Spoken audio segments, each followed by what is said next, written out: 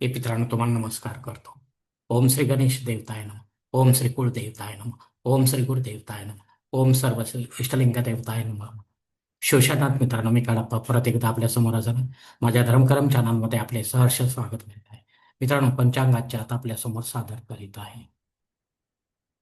मित्रांनो, आज बुधवार दिनांक 29 जुलै 2026, शालिवान शके 1948, समासा पराभव, आयन दक्षिण, ऋतू वर्षा, मास आषाढ, पक्ष शुक्ल, रात्री 8 वाजून 6 मिनिटांनंतर कृष्ण पक्षाला सुरुवात होईल.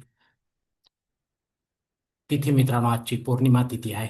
रात्री 8 वाजून 6 मिनिटांनंतर प्रतिपदा तिथीला सुरुवात होईल. वार बुधवार आहे. नक्षत्र मित्रांनो, उत्तराषाढ नक्षत्र आहे. दुपारी 3 वाजून 37 मिनिटांनंतर श्रवण नक्षत्राला सुरुवात होईल. योग मित्रांनो, प्रीती योग आहे. रात्री 11 वाजून 58 मिनिटांनंतर आयुष्मान योगाला सुरुवात होईल. करण मित्रांनो, विष्टीकरण आहे. सकाळी 7 वाजून 15 मिनिटांनंतर भावकरणाला आणि रात्री 8 वाजून 6 मिनिटांनंतर बालवकरणाला सुरुवात होईल मित्रांनो. प्रमुख ग्रहांची राशी स्थिती पहाटे 5:30 वाजता अशी असणार आहे. सूर्य आणि गुरु कर्क राशीत असतील. चंद्र मकर राशीत, शनिदेव मीन राशीत असणार आहे. मित्रांनो, सध्या चंद्र राशीनुसार कुंभ, मीन व मेष या 3 राशींना 7.5 सुरू आहे. या राशींच्या जातकांना 7.5चा त्रास होत असेल तर त्यांनी कृपया आपल्या जवळच्या ज्योतिषाकडे जावे आणि आपल्या जन्मकुंडलीमधील शनी देवतेची पोझिशन तपासून पाहावे. ती जर अशुभ असेल तर नक्कीच आपल्याला शनी देवतेची धार्मिक सेवा करावी लागणार आहे. अन्यथा अशी सेवा करण्याची गरज राहणार नाही. मुंबई भागातील सूर्योदयास्त याप्रमाणे: सूर्योदय सकाळी 6 वाजून 16 मिनिटांनी असेल तर सूर्यास्त सायंकाळी 7 वाजून 14 मिनिटांनी असणार आहे. मित्रांनो, गोचर ग्रहांची सध्या स्थिती सुद्धा जाणून घेऊया. सध्या अस्तंगत ग्रहांमध्ये गुरु ग्रह हा 17 जुलैपासून अस्तंगत होत चाललेला आहे. तर वक्री ग्रहामध्ये शनी ग्रह हा 26 जुलैपासून वक्री होत चाललेला आहे. तर हे दोन्ही ग्रह आपल्याला गोचरीने काय फळ देतील कुंडलीच्या माध्यमातून, हे देखील ज्योतिषी आपल्याला समजावून सांगतील मित्रांनो. मित्रांनो, या पंचांगाच्या आधारे आपण आता आजच्या पूजेसाठी लागणारा संकल्प सोडणार आहोत. तेव्हा आपण आपल्या उजव्या हाताच्या तळहातावर एक पळी पाणी, थोडे अक्षत, एक फुल व फुलाची पाकळी घ्या आणि हा छोटासा संकल्प म्हणायला सुरुवात करा मित्रांनो.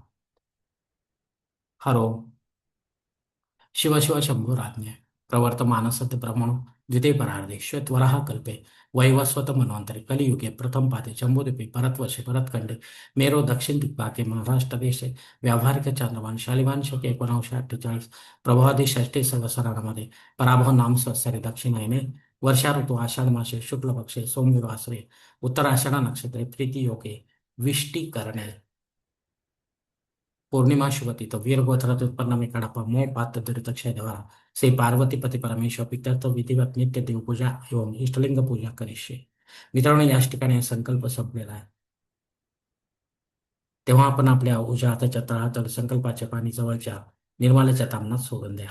मित्रांनो, या संकल्पाची वेळ मर्यादा सकाळी 7 वाजून 15 मिनिटांनी आणि दुपारी 3 वाजून 37 मिनिटांपर्यंत देखील असणार आहे. मित्रांनो, आता मुहूर्त विभागामध्ये पाहूया. यात धार्मिक विधी त्यांचे मुहूर्त काळ याप्रमाणे दिलेले आहेत. सर्वात प्रथम साखरपुडा यासाठी मुहूर्त दिले दिनांक 29, 30, 31 ऑगस्ट, दिनांक 3, 4, 5, 8 आणि 9. डोहाळ जेवणासाठी मुहूर्त आहे दिनांक 29, 30. बारसे करण्यासाठी मुहूर्त आहे दिनांक 31 ऑगस्ट, दिनांक 1, 3, 5. जावळ काढण्यासाठी मुहूर्त आहे दिनांक 30, 31 ऑगस्ट, दिनांक 5 आणि 9. गृहप्रवेश करण्यासाठी मुहूर्त दिले दिनांक 29, 30, 31 ऑगस्ट, दिनांक 3, 5 आणि 9. आता मुहूर्ताच्या दुसऱ्या भागात देखील पाहूया. उपनयन करण्यासाठी माघ मासाशिवाय मुहूर्त नाही. विवाह करण्यासाठी पौष मासाशिवाय मुहूर्त नाही. वास्तुशांती करण्यासाठी, भूमिपूजन व पायाभरणी करण्यासाठी तसेच देवमूर्तीचे प्राणप्रतिष्ठा करण्यासाठी श्रावण मासाशिवाय मुहूर्त नाही. मित्रांनो, वरील काही मुहूर्तांच्या तारखेत वेळेची मर्यादा देखील असू शकते.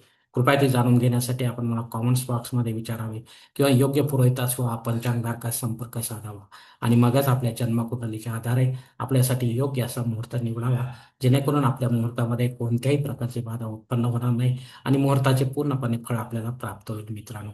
आणि असा मुहूर्त जर आपल्याला मिळत नसेल तर मग मात्र आपण स्वतःहून किंवा पंडिताच्या माध्यमातून यापेक्षा वेगळा काही मुहूर्त निर्माण करण्याचा प्रयत्न करू नका.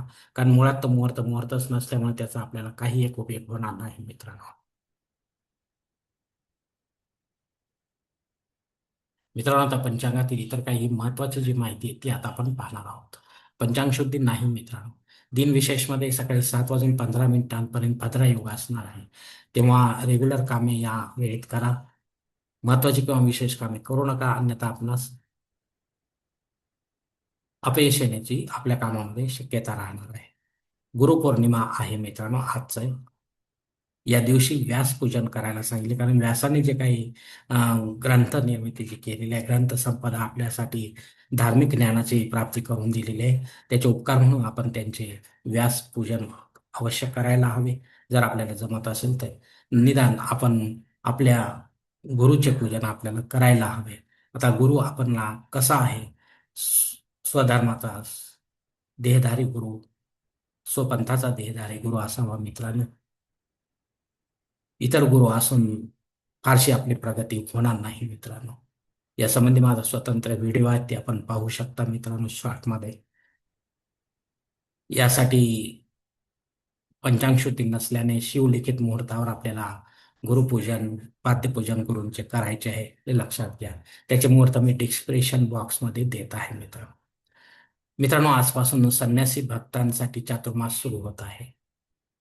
पौर्णिमा श्राद्ध कर्म मित्रांनो, या तिथीवर आपल्याशी संबंधित किंवा आपल्यावर अवलंबून असलेल्या त्यामध्ये कोणी सोडून आपल्याला परलोकात निघून गेले असेल तर त्यांच्या नावाने आपल्याला पिंडदान युक्त किंवा पिंडदान रहित असे श्राद्ध कर्म करणं गरजेचे आहे.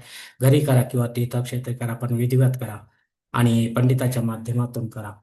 शिवाय अपराह्न काळातच करा, तरच आपली पितृसेवा आपल्या पितरांपर्यंत पोहोचेल आणि त्यांचे आशीर्वाद आपल्यापर्यंत पोहोचतील. आपले जीवन अधिक सुखमय बनेल मित्रांनो. राहुकाळ मित्रांनो दुपारी 12 ते 1:30 वाजेपर्यंत आहे. या 1.5 तासाच्या काळात राहू अत्यंत प्रभावी असल्यामुळे तो आपल्या कामांमध्ये अडथळे निर्माण करणार मित्रांनो.